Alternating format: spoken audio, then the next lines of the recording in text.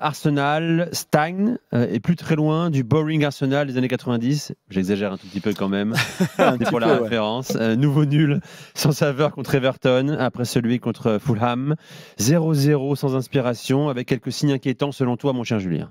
Un petit peu. C'est vrai que samedi contre Everton à domicile en plus, le manque de créativité peut-être de cette équipe d'Arsenal, alors qu'on aurait quand même pu l'emporter. Ils ont eu des occasions notamment en seconde période avec Saka et Odegaard. Mais c'est vrai que dans le rythme de la rencontre, même s'ils ont très bien contrôlé, pour revenir sur ce que Johan disait brillamment tout à l'heure, ils ont très bien contrôlé la rencontre. Il n'y a quasiment rien pour une équipe d'Everton qui était venue là pour défendre. C'était assez clair dès le début du match. Mais c'est vrai c'était un petit peu laborieux, on va dire, avec le ballon parfois pour Arsenal. Et même si le match nul contre Fulham le week-end précédent est un petit peu différent parce qu'ils ont un expected goals qui est au-delà de 2 par exemple, ils marquent un but mais ils ont quand même des occasions assez intéressantes. Ils ont eu un petit peu de mal aussi à se mettre dans la rencontre, à créer des choses. Et encore une fois, on va dire le triangle, le trio Timber, Odegaard, Saka à droite, dont on avait déjà beaucoup parlé avant, notamment après la victoire à West Ham, qu'on a vu aussi par exemple très bon depuis le retour d'Odegaard de blessure. C'est devenu un petit peu prévisible dans le sens où tu sais très bien que si tu arrives à bloquer Odegaard, alors c'est pas facile, tout le monde peut pas le faire, mais si tu arrives à le faire, si tu arrives à réduire son influence, ça réduit aussi celle de Bukayo Saka forcément, et même celle de Jurriën Timber juste derrière eux, et que forcément, vu que le côté gauche d'Arsenal est beaucoup moins efficace, on en parlait Nico tous les deux avant le match de Monaco d'ailleurs, en Ligue des Champions la saison dernière, où on disait que c'est une équipe qui est très dépendante de son côté droit, de ce trio-là avec Timber, Saka et Odegaard, et qu'à gauche, c'est beaucoup plus compliqué pour un Martinelli, pour un Trossard, pour Calafiore quand il joue, ou peu importe qui joue à arrière gauche ou même milieu gauche, d'avoir un impact assez similaire. Donc c'est une équipe qui penche beaucoup à droite, et donc naturellement, si tu arrives à bloquer un petit peu ce côté droit, tu sais que de l'autre côté, tu auras moins de danger à venir, par exemple. Et donc c'est vrai qu'Everton l'a très bien fait. Je ne sais pas si toutes les équipes pourront le faire, mais ça fait 2 matchs nuls d'affilée, et surtout ces 2 matchs nuls-là font qu'Arsenal ne profite pas des points perdus par-ci par-là par Liverpool par exemple ou par d'autres. Et donc maintenant, l'écart a un petit peu grandi effectivement avec le leader, mais aussi avec Chelsea en seconde place. 6 points de Liverpool qui compte un match en moins contre Everton justement. Vas-y, Johan. Julien, je vais te l'envoyer sur l'italien. Tu pourras utiliser Google Trad. Il y a un article il y a quelques semaines que j'avais lu qui m'intéressait beaucoup. Parce que tu sais, pendant longtemps, on a présenté Arteta comme un disciple de Guardiola sur la qualité du jeu qui était déployée. Et c'était vraiment le cas. Et la qualité du jeu, je sais pas, c'est toujours un peu tarte à la crème, mais le coefficient spectacle, le divertissement, je ne sais pas comment on doit l'appeler, la qualité de football, bon, bref.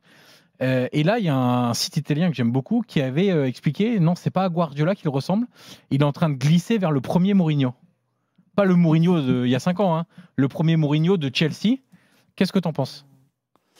Ouais, je pense que c'est un petit peu dur, surtout qu'ils sont bien meilleurs avec le ballon et beaucoup moins, beaucoup plus créatifs. Là, je sais que je viens de parler de problèmes de créativité contre Everton, mais ils jouent beaucoup plus haut, par exemple. Toi, je sais que nous qui aimons les stats, quand tu vois le tilt percentage, donc le pourcentage pour voir comment tu as joué haut sur le terrain pendant une rencontre, on est très loin du Chelsea de Mourinho, par exemple, qui jouait quand même encore beaucoup dans sa surface aussi et qui était une machine défensive bien meilleure que celle d'Arsenal même, qui a d'ailleurs le record du nombre de buts encaissés dans une saison de Première Ligue, avec 15 buts juste. Donc, oui, je pense que tu as quand même quelques similitudes, notamment dans le contrôle sans ballon et le contrôle d'une rencontre sans ballon, ça je le reconnais. Après avec ballon, peut-être dans les grands matchs aussi, Julien, non ? Ouais, peut-être dans les grands matchs aussi, ouais. Pas dans tous, mais dans certains grands matchs. Ouais, par exemple, Arsenal est un petit peu moqué, on va pas dire moqué, mais son efficacité sur coup de pied arrêté notamment.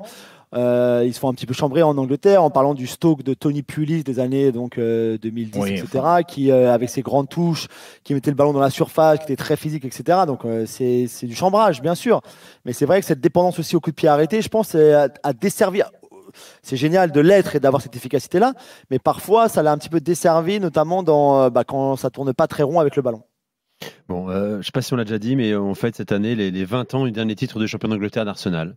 20 ans déjà, mon cher Julien, les Invincibles. On était jeunes. Oui, mais le temps commence à être long quand même pour Arsenal. Alors, certains nous reprochent d'en parler beaucoup trop le lundi soir. On n'en parle pas tous les lundis soirs non plus.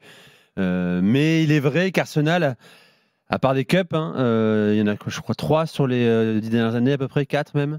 A toujours autant de mal à gagner et Arteta ne gagne pas avec Arsenal. Mais on garde en France un certain, parce que de l'époque de Wenger avec tous les Français, c'est un club qui en France est un petit peu français, voilà, donc c'est normal qu'on s'intéresse beaucoup à ce club.